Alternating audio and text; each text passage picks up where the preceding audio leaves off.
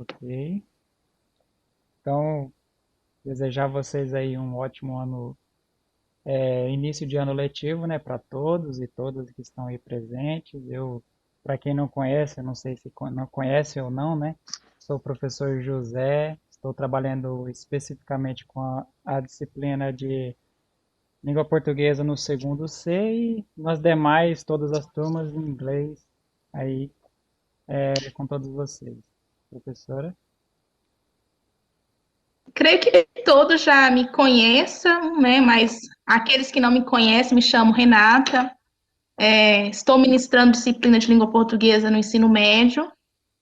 E estamos aqui nessa live, entre aspas, para orientar vocês, ajudar, tirar as dúvidas, esclarecer sobre esse riquíssimo conteúdo, né? Que é o romantismo, é um período literário assim, fantástico, que exalta muito a nossa pátria, né? Exalta muito a nossa nação. E eu e o José, professor José, decidimos iniciar essa, esse vídeo, né, com os conteúdos que vocês usarão, que nós iremos explicar, que vocês estudarão nesse ano aí de 2021. Nós selecionamos conteúdos por bimestre para mostrar para vocês o que nós iremos passar, o que iremos ministrar durante o ano.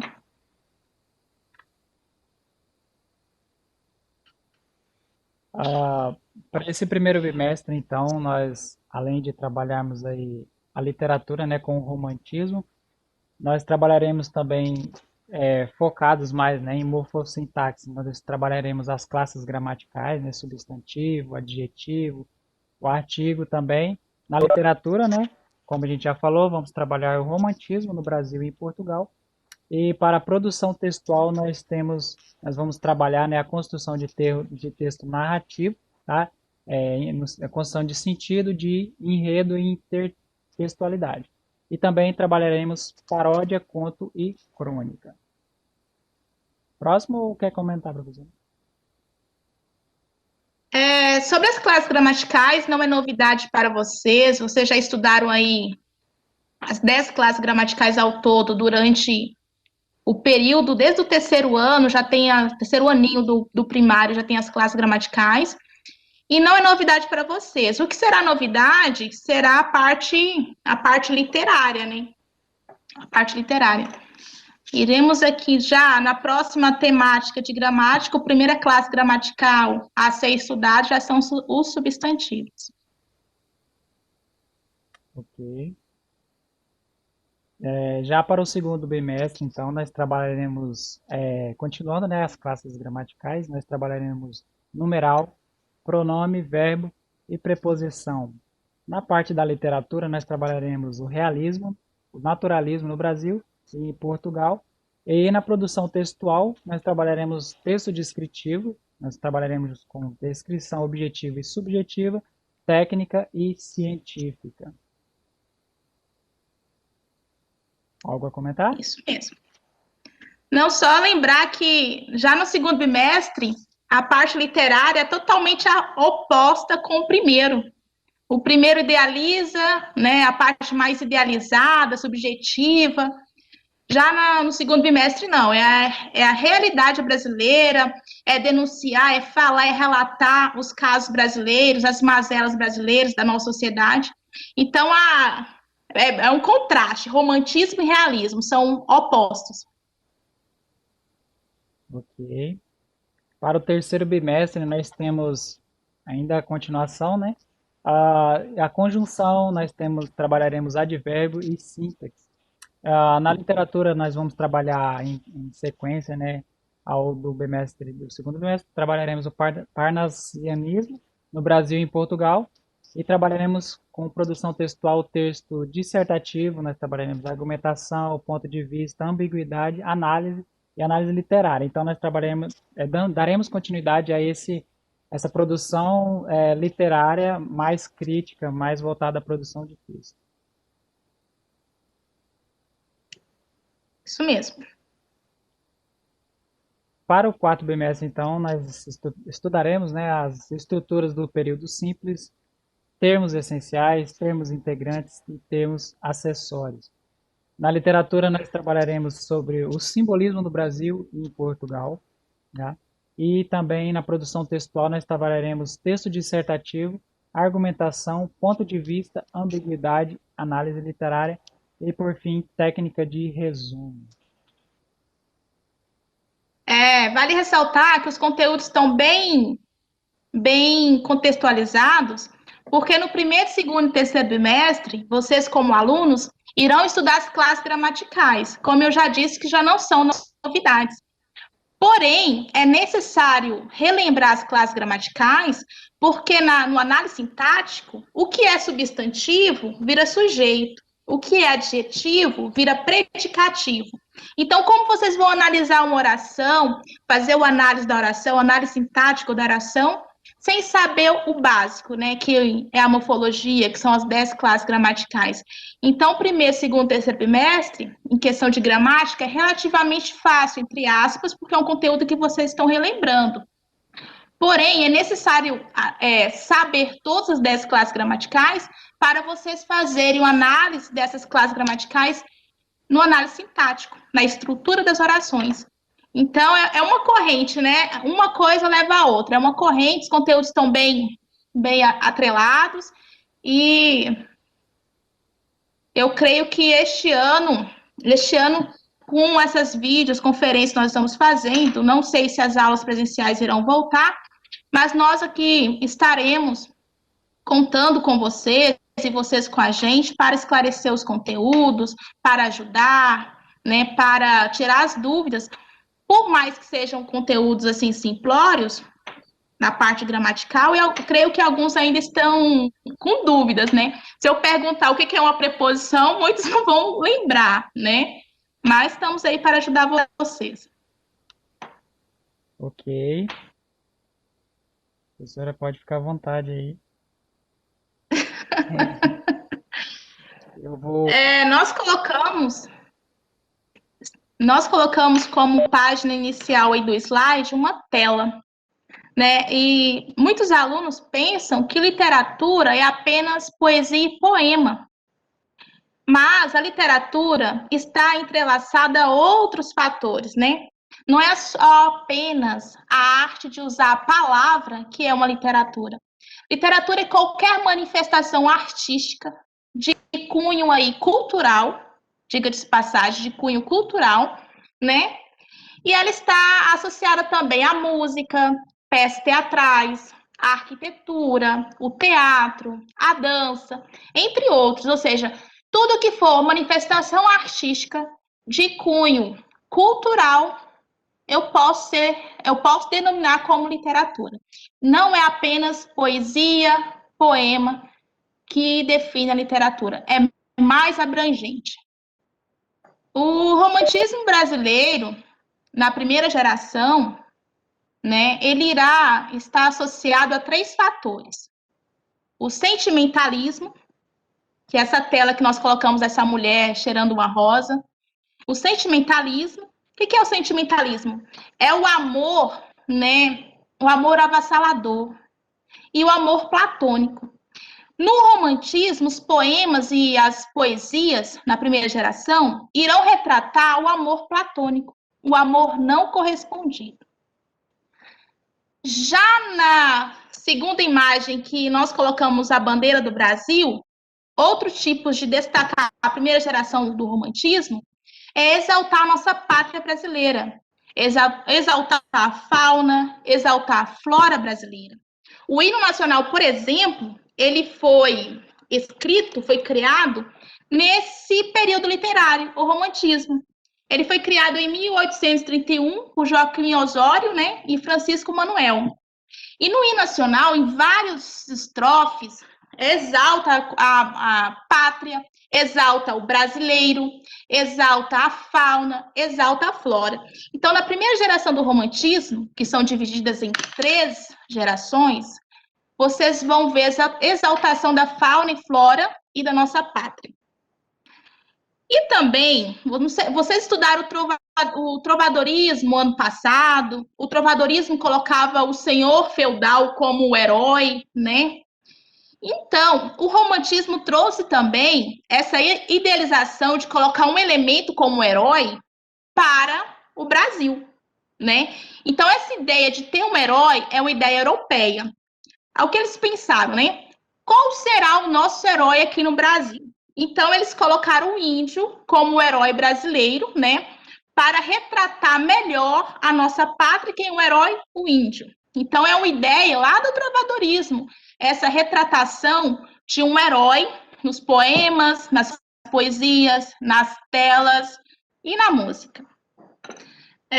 Então, primeira geração do romantismo, nós iremos mencionar sobre sentimentalismo, que é o amor platônico, não correspondido.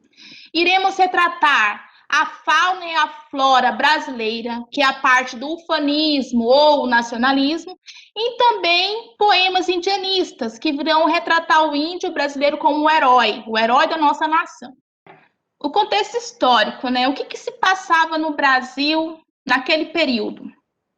O realismo brasileiro surgiu aí em 1836 e foi até 1881. Basicamente em meados do século, metade do século XIX, né? E 1808 tivemos a transferência da família real, né, para o Rio de Janeiro. 8 anos depois, em 1816, a elevação do Brasil em categoria de reino. Já em 1822, tivemos a independência do Brasil. Nesse período, a economia brasileira era baseada em latifúndios, ou seja, em terras. Quem tinha terras tinha o poder. E o que eles buscavam nas poesias, no poema, na arquitetura, na música, nas telas, eles buscavam identidade nacional, porque até então a identidade que nós tínhamos era europeia, com traços europeus. Por isso, essa mudança de vários elementos, essa mudança de destacar o índio como o nosso herói brasileiro. Então, mudou também as poesias e os poemas. Exaltar a natureza, não só na poesia, no poema ou prosa, mas também nas telas, né, na arquitetura, nas obras artísticas também. Então, foi a reafirmar a nossa identidade brasileira. E isso se deu com a independência do Brasil. Isso se deu totalmente. O contexto histórico da literatura ele é muito importante ser frisado. O Brasil só acordou aí para essas manifestações artísticas de expor a nossa realidade, a nossa nação, expor o que nós temos de belo, o que nós temos de bonito, a partir da independência do Brasil em 1822. Então, literatura está totalmente aliado com história, as duas andam juntas, assim, de mãos dadas. Lembrando que nesse período, a formação do público leitor era precária, porque quem sabia ler e escrever era a burguesia. Então, os poemas, as poesias, as prosas eram totalmente voltadas aí para o público burguês. E era para exaltar aí o público burguês, né? José? Só, se me permite só fazer um comentário. Até esse período aí, para vocês terem uma ideia da dimensão, a imprensa ela era proibida no Brasil. Então, somente após a vinda da família real que se instalou, né, a imprensa nacional, e começaram a ser publicados jornais, revistas. Então, para você ter uma ideia, até o século 18/19, essa população era quase que praticamente analfabeta, né? Era só os burgueses, quem tinha muito capital, muito dinheiro para poder estudar para fora, porque nem aqui no Brasil não se tinham escolas, colégios, né? Se você quisesse estudar, você tinha que ir para Portugal ou para a Europa, para outro lugar da Europa para poder estudar. Então, não tinha universidades ainda, né? Isso, aham. Então, Gonçalves Dias, por exemplo, saiu do Brasil e foi fazer direito em Coimbra, em Portugal, porque na época não estava em criação, estava em formação, né? Não tínhamos universidades ainda. Qual foi o marco no século XIX, o que iniciou mesmo, de fato, na escrita, a literatura brasileira? O romantismo. O que foi, de fato, na escrita que iniciou o romantismo? Foi uma publicação de um livro chamado Suspiros Poéticos e Saudades, de Gonçalves de Magalhães. Ele publicou esse livro em uma revista, a Revista Brasiliense. E essa revista, ela foi fundada por um grupo de estudantes brasileiros que estudavam no Brasil, faziam direito, outros cursos no Brasil, não, estudavam em Paris, faziam direito e outros cursos em Paris. E eles, esse grupo de estudantes brasileiros, juntos com Gonçalves Dias, fundaram a Revista Brasiliense de Ciências, Letras e Artes. E nessa revista tinha uma frase, na capa, uma frase que dizia bem assim: tudo pelo Brasil e para o Brasil. Ou seja, vamos parar de ter essa ideia de estrutura de poemas europeus, vamos ter os nossos tipos de poemas para exaltar a nossa pátria, porque agora o Brasil já é independente. Vamos exaltar a nossa pátria, a fauna, a flora, o que nós temos de belo, o que nós temos de bonito.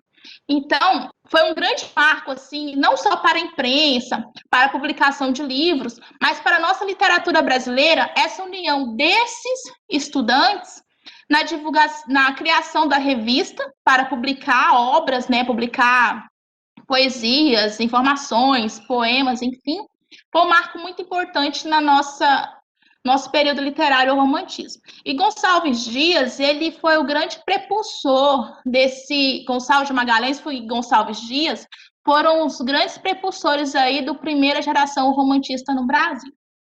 O romantismo vai acabar aí no fim do século XIX, precisamente em 1881, com a obra Memórias Póstumas de Brás Cubas, de Machado de Assis. Conteúdo que vocês estudarão lá no segundo bimestre, né, que é o realismo. O realismo irá falar da realidade brasileira. Já o romantismo vai idealizar a realidade brasileira de forma subjetiva. Será tudo romantizado. As mazelas da sociedade não serão mencionadas. Porque, como nós dissemos, o público leitor do romantismo era uma burguesia. Então, na escrita, nos poemas, iriam escrever para agradar esse público leitor, que era a burguesia. Então, era tudo idealizado. Como tem o ditado popular, tampar o sol com a peneira, o romantismo faz isso, tampa o sol com a peneira das mazelas da sociedade e vai idealizar a fauna, a flora, né, o amor, o sentimentalismo. Isso que acontece nesse período literário, idealização. Como eu já disse, os traços principais da primeira geração, que são 3 gerações, hoje nós iremos falar apenas de uma, é o nacionalismo, amor à pátria, né, exaltar a fauna e a flora. Alguns livros aparecem como ufanismo, essa exaltação da flora e a fauna. Eu posso dizer para vocês que o hino brasileiro, ele é ufânico, ele é nacionalista, né, por exaltar esses tópicos. E também temos indianismo, que irá retratar o índio como herói brasileiro, como eu disse, não só nos poemas ou poesias, mas também nas telas, nas obras de artes, na música. E o último tópico, nós temos o sentimentalismo. Nessa geração, o amor ele não será correspondido. Os poemas, o homem exalta a mulher, fala que se declara para a mulher, mas esse amor não é correspondido, ela não corresponde, é o amor platônico.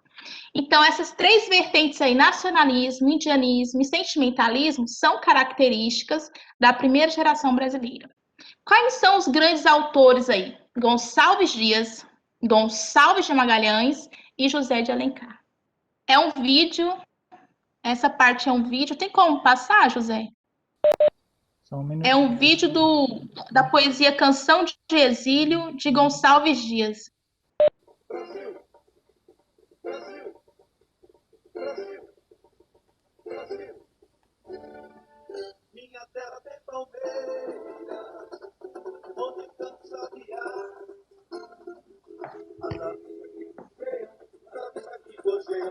Hoje eu tô no lar, minha terra tem palmeiras, minha terra tem palmeiras, onde sabiá. As aves que aqui gojeiam, as aves que aqui gojeiam, gojeiam todo lá.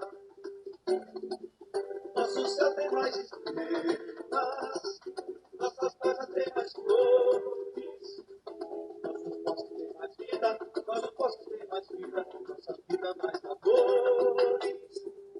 Esse tá sozinho à noite, mas prazer encontra eu lá. Minha terra tem palmeiras, minha terra tem palmeiras, onde tanto sabiá. Minha terra tem palmeiras, minha terra tem palmeiras, onde tanto sabiá. As aves que aqui gojeiam, as aves que aqui gojeiam, gojeiam todo lá. Minha terra tem palmeiras, minha terra Pode tem encerrar, José. Pode dar pausa. palmeiras. Esse poema, quem está com o livro em mãos, está na página 48. Quem está com o livro em mãos está na página 48. Essa grande obra, vocês com certeza já ouviram esse poema em algum lugar, ou já fizeram atividade sobre esse poema. Essa grande obra de Gonçalves Dias. Denominada aí o título Canção de Exílio. Por que Canção de Exílio? Como o José disse, na época não tinha escolas, não tinha universidades. Então, Gonçalves Dias saiu do Brasil para estudar direito em Coimbra. Chegando em Coimbra, ele sentiu sentiu sozinho. É como se ele vivesse um exílio. Por que um exílio? Ele sentia saudades do Brasil, saudades da flora, da fauna brasileira, saudade da sua família. Ele sentia se sentia exilado. Então, esse sentimento do Gonçalves Dias, sozinho em Portugal, ele manifestou aí na obra Canção do Exílio. Vou só ler a primeira estrofe. Minha terra tem palmeiras, onde canta o sabiá. As aves que aqui simboliza Portugal. As aves que aqui gorjeiam, não gorjeiam como lá onde? Brasil. Então, essa grande obra de Gonçalves Dias, além de exaltar a fauna e a flora, retrata também o seu momento de solidão, seu momento de sentir sozinho, exilado em Portugal, longe da nossa nação. Lindo, né, gente? É lindo. Quando vocês puderem ler na íntegra esse poema, tá? Leiam. Ele é sensacional, é muito lindo. Quer fazer alguma retratação, José? Não, tá perfeito, professora. Outra obra aí de Gonçalves Dias, né? Já não vai retratar aí o indianismo, outro tópico da primeira geração brasileira, que exalta o índio, Juca Pirama, diz bem assim: meu canto de morte, guerreiros ouvi, sou filho das selvas, nas selvas cresci, guerreiros descendo da tribo Tupi, da tribo pujante, que agora anda errante, por fado inconstante, guerreiros nasci. Sou bravo, sou forte, sou filho do norte, meu canto de morte, guerreiros ouvi. Lindo, lindo. Aqui nós temos a manifestação do índio brasileiro, colocando ele como herói, como bravo, como guerreiro, né? Outro tópico aí da primeira geração, o indianismo. Não foi apenas Gonçalves Dias que escreveu obras aí para o índio. Também José de Alencar. José de Alencar tem uma vasta coleção de obras indígenas, né? Então, José de Alencar foi além de Gonçalves Dias, um grande mentor das obras indianistas brasileiras nesse período literário. Pode passar. Como é feito o romance indianista, né? O índio é a peça central do poema, da poesia, é a peça central. Conta o seu passado histórico, seus atos de bravura, de heroísmo. Coloca o índio como símbolo da nossa nação e colocando como um bom selvagem, tá? Um bom selvagem, diga de passagem. Não coloca o índio como de difícil acesso, assim vamos dizer. Coloca o índio como de fácil convívio, tá? De fácil convívio. nesse período literário, não vai colocar o índio como selvagem, mas sim de fácil convívio dos escritores. As grandes obras aí uma das grandes obras é a trilogia indianista, que é Iracema, a Virgem dos Lábios de Mel. Vocês já ouviram isso em algum momento? O Guarani, o Birajara, obras aí de José de Alencar. E esses livros, essas obras, viraram filmes. Outra coisa que nós não dissemos, José, que na época, como a imprensa estava se mobilizando, né, questão de divulgar os livros, enfim, os livros não era poucas pessoas que tinham livro, como vocês têm hoje, eram poucas pessoas. Os capítulos aí de A Moreninha, que é um livro sentimentalista do período, e outros livros, capítulos, eram enviados em folhetins para os jornais. Ou seja, como vocês assistissem o Netflix. O Netflix não é por temporada e episódios? Então, era mais ou menos dessa forma a divulgação dos capítulos dos livros. Divulgava um capítulo, enviava para os jornais, né? Os jornais imprimiam e enviavam para a população, e a população só iria ler o outro capítulo do livro na próxima publicação, porque a imprensa ainda estava se formando, não tinha essa divulgação fácil dos livros. E eram os famosos folhetins, os folhetins.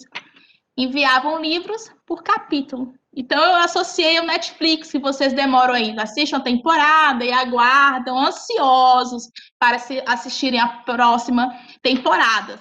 Então, quando lançava um episódio de um livro, um capítulo de um livro, a burguesia ficava ansiosa, esperando a próxima divulgação do folhetim nos jornais.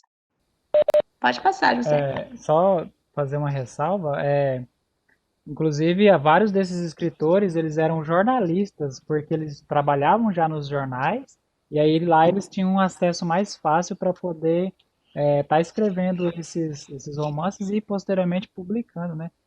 Temos aí Machado de Assis, que trabalhou muito tempo, né, em um jornal. Acho que José de Alencar também, se eu não me engano, também trabalhava como jornalista, né? Gonçalves de Magalhães fundou a revista Brasiliense, né, de Ciências e Artes, para divulgar as obras de maneira mais rápida, né, acessível a todos. E nessa tela nós temos os filmes, né, que foram baseados nas obras literárias de José de Alencar e os anos que esses filmes foram lançados, né, no cinema. A Iracema em 1979, o Guarani em 1996 e o Birajara em 1975. Ou seja, foi fabuloso assim para os cineastas buscarem essas obras que exaltam a nossa nação lá do século XIX, trazer para o século XX e exaltá-las aí no cinema. Foi incrível, foi incrível. Parabenizo os cineastas por terem feito isso. É uma música de Roberto Carlos.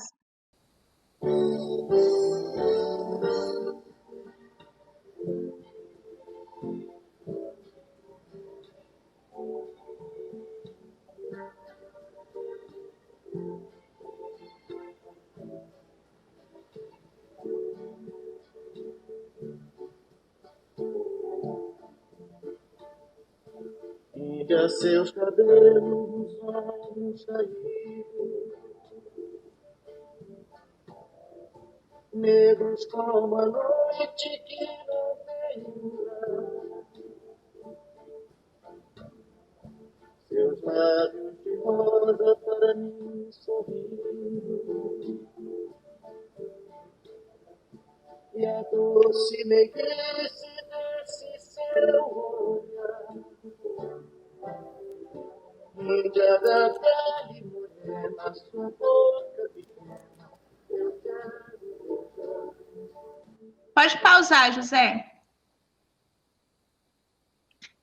Depois, vocês ouvem ou assistem vídeo sobre essa música no YouTube ou outras plataformas virtuais, porque ela é incrível. É uma música aí de Roberto Carlos, que ele exalta a Índia, né? Exalta é um símbolo da nossa nação brasileira, símbolo aí da nossa pátria brasileira. É uma música bem emotiva, bem tocante mesmo, que exalta o nosso herói, né, brasileiro, que são os indígenas. Eu não coloquei todo o vídeo na íntegra, que eu percebi que está pesado, está falhando, mas depois, quem tiver curiosidade, ouça a música, ela é bem marcante mesmo. Como eu disse, vocês viram aí poemas sobre o índio, música, essa de Roberto Carlos, e agora esse período literário, essa escola literária, está marcando não só música e literatura, poemas e poesias, mas também obras de artes, né? Nós temos várias telas, né, de artistas famosos que destacam esse período literário. Nessa tela, por exemplo, de José Maria de Medeiros, nós temos a Iracema, lá do livro de José de Alencar, Iracema, Virgem dos Lábios de Mel. E essa flecha, esse cenário que ela está nessa tela, é um cenário retratado lá no livro de José de Alencar. Então, ele leu, né, o livro e daquele livro tirou um fragmento que melhor retratava a Índia, né, e a fauna e a flora brasileira, e passou esse momento, esse trecho que ele leu para a pintura, para a tela. Nós temos aí o mar, né, nós temos as gaivotas. Então, ele destacou a fauna, a flora e também a Índia Iracema. Incrível, incrível, sensacional. Próximo, José. Outro quadro que retrata Iracema, de Antônio Parreiras, né? Retrata no momento que ela teve o informe, ela teve informação com aquela flecha. O amado dela deixou ela sozinha, dormindo, sob a sombra de uma árvore, e para marcar que ele estava deixando, abandonando, Martim foi, pegou uma flecha e colocou do lado de Iracema, que ele estava a deixando naquele momento. Bem marcante essa parte. Poxa, professor, você me deu spoiler aí. Não, brincadeira, eu já li. Eu adoro eu literatura. sabia, Eu sou fascinada em literatura. eu já sabia do final já.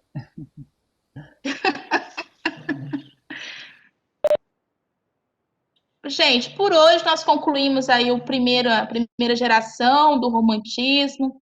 José colocou uma tela com outros livros aí que retratam esse período literário. A Escrava Isaura, que também já virou novela, virou filme, né? Temos Lucila, temos Senhora, de José de Alencar, Moreninha, Moreninha. Nós temos que fazer uma peça teatral sobre a Moreninha. Quando voltar às aulas, né? Presenciais. Com certeza. Eu deixei até separado aqui alguns volumes que eu tenho. Eu acredito que tenho mais ali guardados, é que eu não encontrei. Ó. Eu tenho o Iracema. Chorei, eu confesso que eu chorei quando eu li no final. Tenho o Guarani. A linda história de Peri e Ceci. E eu tenho Lucila, que vai tratar mais desse segundo período, né? Mas é uma história extremamente... Você fica meio balançado até você chegar no final do livro. Você tenta desistir do livro umas 3 vezes, porque você fica muito bravo, mas no final você entende o porquê de tudo isso. E aí é bem triste, né, por um lado, mas é bem impactante o final desse livro aqui. Ele me emocionou bastante. Eu recomendo. Se alguém quiser posteriormente ler, ou me avise, ou eu posso mandar os livros em PDF também, se vocês quiserem ler, é só mandar mensagem lá também, tá bom? E pedir aí que eu envio para vocês, para a gente ficar mais inteirado do assunto. Nada melhor do que vocês lerem os livros aí desse período aí. Lembrando que é conteúdo para o Enem, né? A parte literária toda cai no Enem. Aí cai um livro lá sobre Iracema. Você tem que saber o contexto daquele livro, a questão do Enem. Iracema é do romantismo, lá do século XIX, né? José de Alencar foi o seu escritor. Tem que saber todo o contexto. Então, esses livros são fundamentais conhecer a história. Professora, mas eu não consigo ler todos. Leia pelo menos um. se aprofunde no período literário, porque é tema para o Enem. O romantismo e os demais períodos literários irão cair sim nas provas do Enem, né? Então é importante saber do contexto, né, do período literário, contexto histórico, que é fundamental, o que aconteceu nesse período, para vocês gabaritarem aí as questões do Enem. Só eu. Terminou lá, né? Foi o último slide. E nós concluímos hoje o primeira geração do romantismo. Se os Certo. alunos quiserem interagir conosco, estamos ansiosos para conversar com vocês, gente. Vocês não imaginam o quanto estamos ansiosos para ouvir vocês. Com certeza. A gente não vê a hora de estar aí de volta, né, na sala de aula. Nada substitui esse contato, né, presencial, olho no olho aí. Mas a gente espera que, na melhor das hipóteses, o quanto antes a gente esteja de volta, né? E esteja vendo todo mundo aí, todo mundo esteja bem. Vamos nos cuidar, né, claro, para não ter nenhum risco, nem ter nenhum perigo. Alguém tem alguma pergunta? Se quiser deixar no bate-papo, ou se quiser abrir o microfone, pode ficar à vontade. Nós queremos ouvir vocês, gente. Nós queremos ouvir. Não fiquem acanhados. Nós estamos muito felizes, eu e José, de explicar um pouco sobre o período literário, de esclarecer para vocês algumas dúvidas. Não sei se conseguimos sanar todas as dúvidas, né? Mas se tiver algum aluno que esteja envergonhado de fazer uma pergunta neste momento, depois vá no nosso PV, no nosso privado, e faça a Isso. pergunta. Todas as segundas-feiras, eu e José estaremos de plantão para ajudar vocês, sanar as dúvidas de vocês, para interagirmos, tá? Todas as segundas-feiras estaremos aqui e conto com a presença de vocês na próxima segunda e vão convocando os colegas para assistir a nossa aula. No mais, muito obrigada, eu agradeço a presença de vocês, né? Vocês estando aqui nos traz para nós um grande alento, assim, um grande conforto de vocês estão aqui nos ouvindo, estão aqui querendo aprender mais sobre o conteúdo, e nós estamos felizes com a presença de vocês, e segunda-feira tem mais. Muito bem, eu agradeço aqui a minha grande colega e amiga, Renata, pela disponibilidade, né, na hora que eu falei, vamos lá fazer uma videoaula. Falei ontem ainda, ela já, não, vamos, topou, então, agradeço e até segunda-feira que vem. Até, pessoal. Tchau, tchau. Tchau!